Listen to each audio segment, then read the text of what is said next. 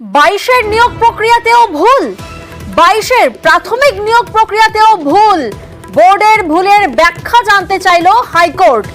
প্রতিনিধি অর্ণব এই মুহূর্তে আমাদের সঙ্গে রয়েছেন। অর্ণব, কোন মামলার পরিপ্রেক্ষিতে এহেন পর্যবেক্ষণ হাইকোর্টের?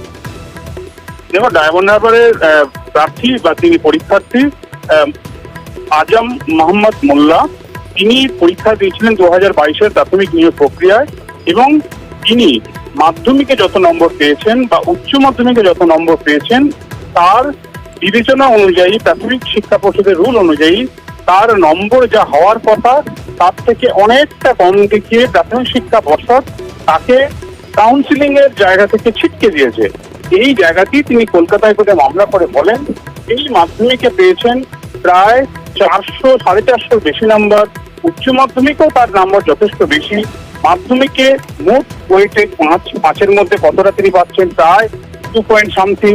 অন্যদিকে উচ্চ মাধ্যমিকে তার যা স্কোর সেই অনুযায়ী 10-এর মধ্যে কত নম্বর পাচ্ছেন, সেই কম্পিউটেশন বা গণনাটাতেই প্রাথমিক শিক্ষা পর্ষদ ভুল করে বসেছে এবং এই গণনা ভুলের জন্য তিনি সুযোগ থেকেই ছিটকে গেছেন 2022-এর নিয়োগ প্রক্রিয়া।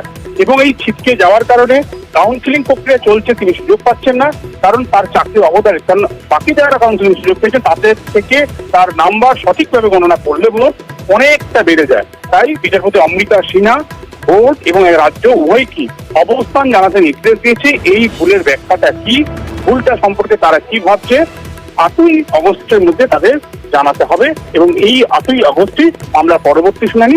সেক্ষেত্রে ডায়মন্ড হারবারের এই মেধাবী পড়ুয়া সুযোগ পাবে কিনা 2022-এর নিয়োগ প্রক্রিয়া, সেটাই নির্ধারিত হয়ে যাবে। 8ই আগস্টের মধ্যে রিপোর্ট তলব বিচারপতির। ধন্যবাদ অর্ণব।